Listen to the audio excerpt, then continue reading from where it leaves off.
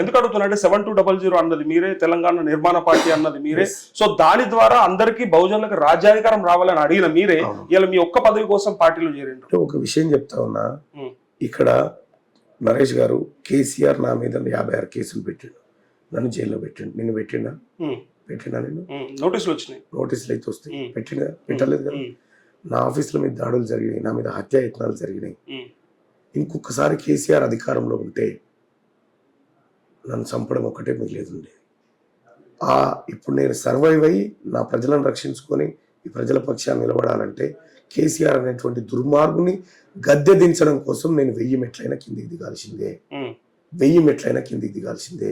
మాకంటూ రాజకీయ వ్యూహాలు ఉంటాయి, ఆ వ్యూహాల ప్రకారం. అందుకోసమైనా ఇలా అగ్రవర్ణుల కాళ్ళు పట్టుకునే పరిస్థితి వచ్చింది తీర్మార్ మల్లన్న కంటే. ఎక్కడ కోదండ రామరెడ్డి కాళ్ళు మొక్కిండు తీర్మార్ మల్లన్న. ఏం మాట్లాడుతున్నారు? ఆయన నాకు చదువు చెప్పిన సార్ గురువు. ఓకే, గురువు కరెక్ట్. కానీ మీరే చెప్పిండ్రు మనం కాళ్ళు పట్టుకునే పరిస్థితిలో లేము, కాళ్ళు పట్టి గుంజేసి ఎక్కాలి. నేను నా తల్లిదండ్రులకి చదువు చెప్పిన గురువులకు మాత్రమే కాళ్ళు పట్టుకుంటా.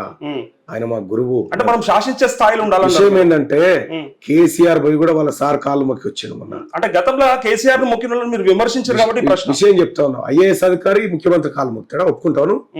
ఓకేనా నీకు? అది ఓకేనా అంటున్నా? అదే రాంగ్, అది తప్పే. అది మరి నేను నా సార్ కాళ్ళు మొక్తే తప్ప? కోదండరామ్ సార్ నాకు చదువు చెప్పించినాడు, నా జ్ఞానాన్ని పంచినాడు. నాకు చదువు చెప్పిన సార్ గురుదేవో గురు బ్రహ్మ గురు విష్ణు అని పాడుకున్నాం కదా. నాకు చదువు చెప్పిన సారు, నాకు చదువు చెప్పిన, నాకు జన్మనిచ్చిన తల్లిదండ్రులు వీలే కదా నా ప్రత్యక్ష దైవాలు. సో అలాంటప్పుడు మీకు పార్టీ ఎందుకు? మీరే ఇండిపెండెంట్ గా పోటీ చేయొచ్చు కదా, బీసీ వాళ్ళ ఉంది కదా మీకు.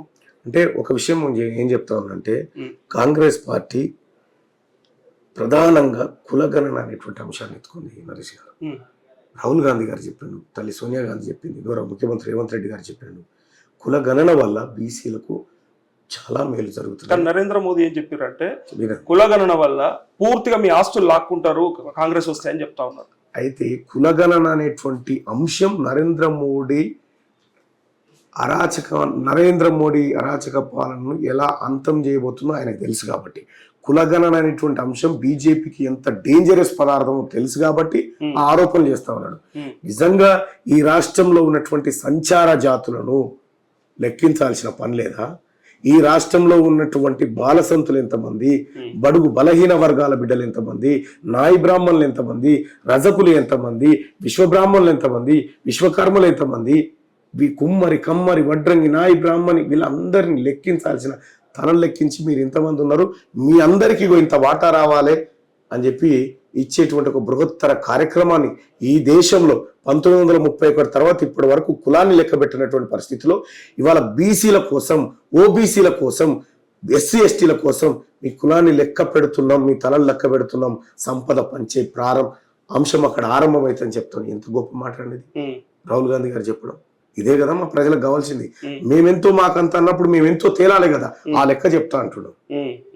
కానీ బీసీలకు పదవి రావాలి, అధికారం రావాలని మీరు కోరుకున్నప్పుడు మీకే శక్తి సామర్థ్యాలు ఉంటే ఒంటరిగా పోటీ చేసే అవకాశం ఉండగా ఇండిపెండెంట్ గా చేయకుండా మేడ్చల్ ఎమ్మెల్యే టికెట్ ట్రై చేసిరు, భువనగిరి ఎంపీ టికెట్ ట్రై చేసిరు, చివరికి ఎమ్మెల్సీ. ఇప్పుడు సో పార్టీని పట్టుకొని వేలాడాల్సిన పరిస్థితి ఏంటి మీకు? పార్టీని పట్టుకొని కాదు, ఆ పార్టీ దగ్గర పదార్థం ఉంది, ఆ పార్టీ దగ్గర ఓబీసీ ఎస్సీ ఎస్టీలకు సంబంధించిన కులగణన పదార్థం ఉంది. కానీ వాళ్ళు ఇగ్నోర్ చేస్తా ఉన్నారు కదా మిమ్మల్ని. నేను అడిగే పర్టికులర్ గా 2 చోట్ల టికెట్ ఇవ్వలేదు.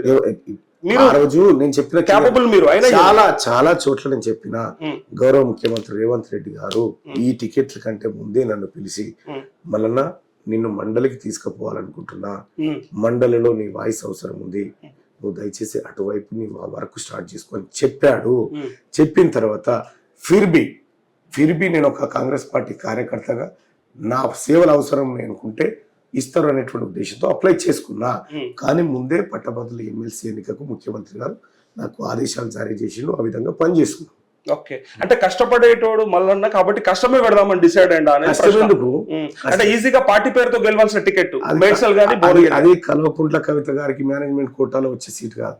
నేను పోరాటం చేసి రావాలని, అందుకే మళ్ళీ పోరాటం ఎందుకు అనేది నేను పోరాటమే చేసి రావాలనుకుంటున్నా.